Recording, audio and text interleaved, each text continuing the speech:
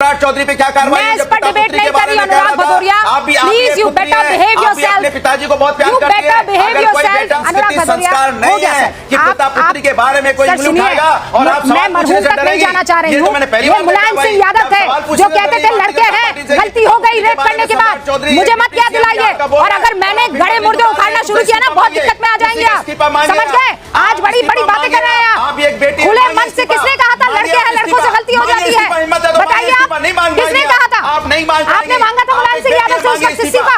आपका नेता बोलेगा कि नहीं कहां किसकी रामपुर में तो आजमगढ़ के लोगों ने आजम के लोगों ने बहिष्कार का नारा दिया कि चुनाव बहिष्कार करेंगे, उस पर ये कुछ नहीं बोलेंगे। अनुराग भदौरिया आप एक सेकंड रुक जाइए। अनुराग भदौरिया रुक जाइए। मैंने आपको स्क्रीन पर नहीं दिखाया था जब आप मुस्कुरा रहे थे, आप सोच समझ कर आए हैं। ज्यादा ज्ञान मत दीजिए, ज्यादा ज्ञान मत दीजिए। आपकी पार्टी में बहुत तरह ऐसे हैं, मैं गिना दूंगी। ठीक है, अब नहीं, मैंने पूछ लिया जो जवाब मैं आपसे चाहती हूँ उसका जवाब दीजिए। Anurag Bhadauria stop it now, I am telling you. हटाइए इनको स्क्रीन से, हटा दीजिए, बहुत हो गया। दोस्तों नमस्कार। दोस्तों कुछ लोग ना कुत्ते की पूंछ होते हैं, आप उसको कितना भी नलकी में रख लो सीधी कभी नहीं होगी। अनुराग भदौरिया में से एक है। आप इनसे अगर पूछेंगे ना कि आम के पेड़ के ऊपर कुछ बोलो तो ये हिंदी में बोले।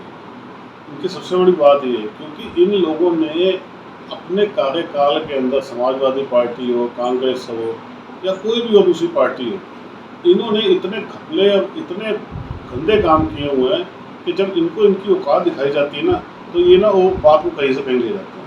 और आज रूबिका के हत्थे चढ़ गया और फिर रूबिका जी ने जो इसकी धज्जियाँ उड़ाई हैं, आप वीडियो देखेंगे ना तो आपको बहुत मज़ा आएगा। दोस्तों वीडियो पूरी देखिएगा, वीडियो अच्छी लगे तो वीडियो को प्लीज़ लाइक और सब्सक्राइब जरूर कीजिएगा। Thank you very much. Video के बाद मिलते हैं। सिंपल सी बात, आप कह रहे हैं हमारे यहाँ से लड़ने वाले बहुत हैं। अरे तो लड़े ना सर, अलग अलग सीटों से लड़े, आपस में काहे लड़ रहे हैं? अच्छा लगता है, एम्बैरेसमेंट होता है ना, आपस में एम्बैरेसमेंट होता है ना आपकी पार्टी का। आप सुन लिया ना? अरे भाई आपने सवाल पूछ लिया, मुझे जवाब देने दीजिए। वो आपको लग रहा है एक ही व्यक्ति लड़ेगा और धमाके के साथ लड़ेगा और जनता लड़ाएगी और जीत के आएंगे। नाम बता दीजिए आप, कान खोल के। और भारतीय जनता पार्टी, नाम बता दीजिए। भारतीय जनता पार्टी, सुन लीजिए, भारतीय जनता, किसका नाम बता दीजिए? रुचिवीरा जी लड़ रही है वहां से, आप क्यों परेशान हैं? आप एसटी ऐसा क्यों कह रहे हैं? रामपुर से कौन? अच्छा ठीक है, रुचिवीरा जी रामपुर से। अरे आपको क्या दिक्कत है? अब सुनिए मेरी बात। अरे एक सवाल, अरे सुनिए ना, हम तो कह रहे हैं आपको अभी पता चल जाएगा 10 मिनट बाद। क्यों? आप बताइए ना, रामपुर से कौन लड़ रहा है? नदवी साहब लड़ रहे हैं, जबरदस्ती आप परेशान है। अरे मेरे ख्याल नदवी साहब लड़ रहे हैं ना, आप क्यों परेशान है? हम तो कह रहे हैं आप पूछे, आप बताइए। आप पार्टी से पूछेगा कि उनके क्या। अरे यार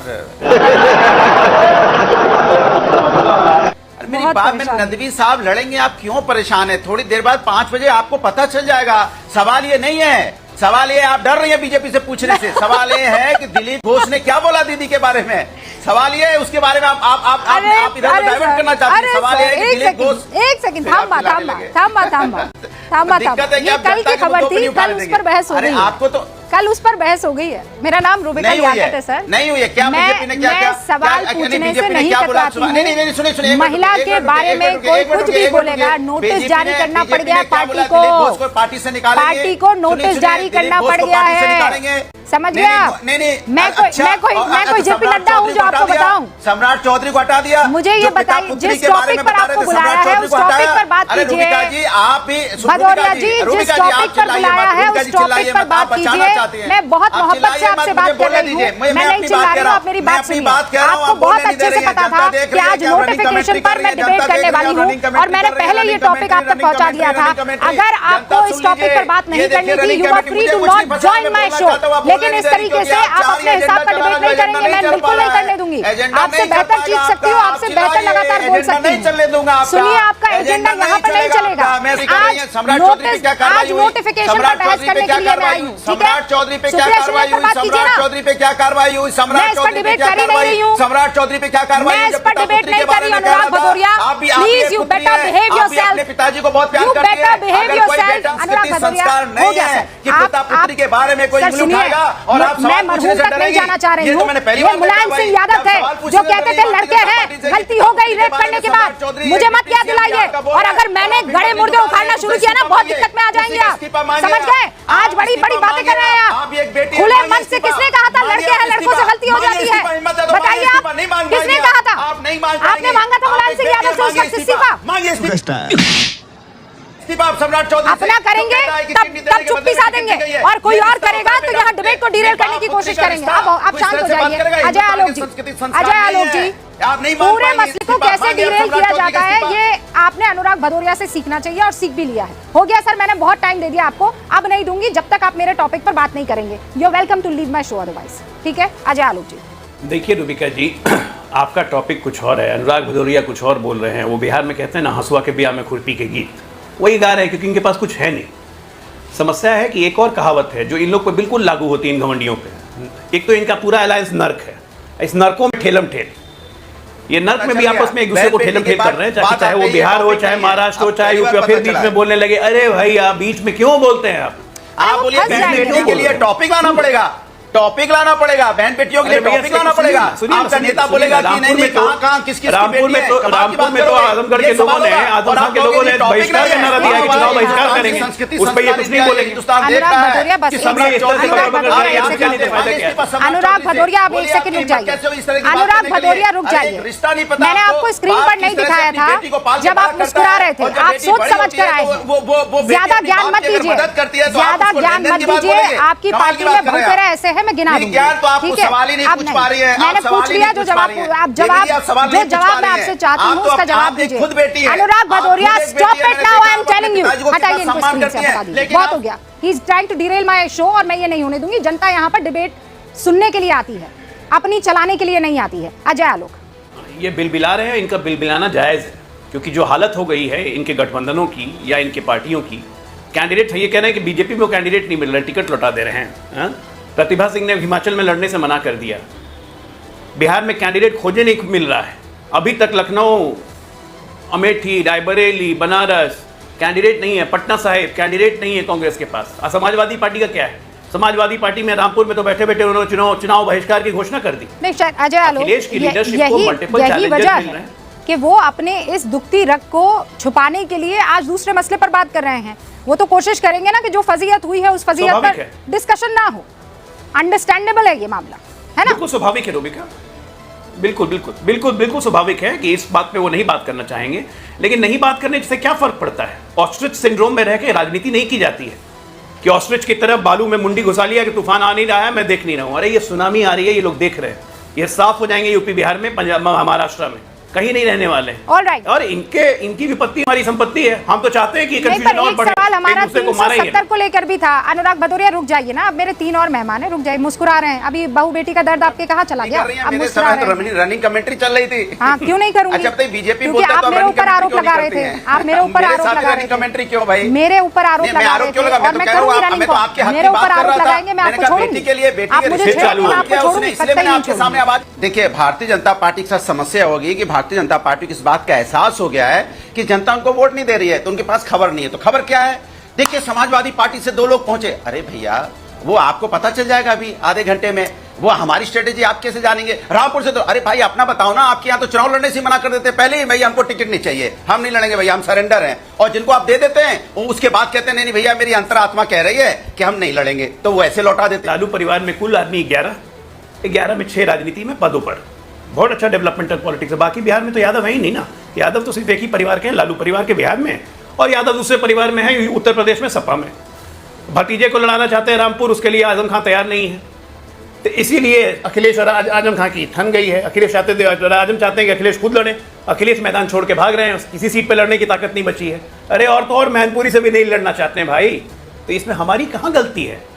आप खुद इतने डिसऑर्गेनाइज हो चुके हैं, आपका मनोबल टूट चुका है, जनता आपके साथ है नहीं।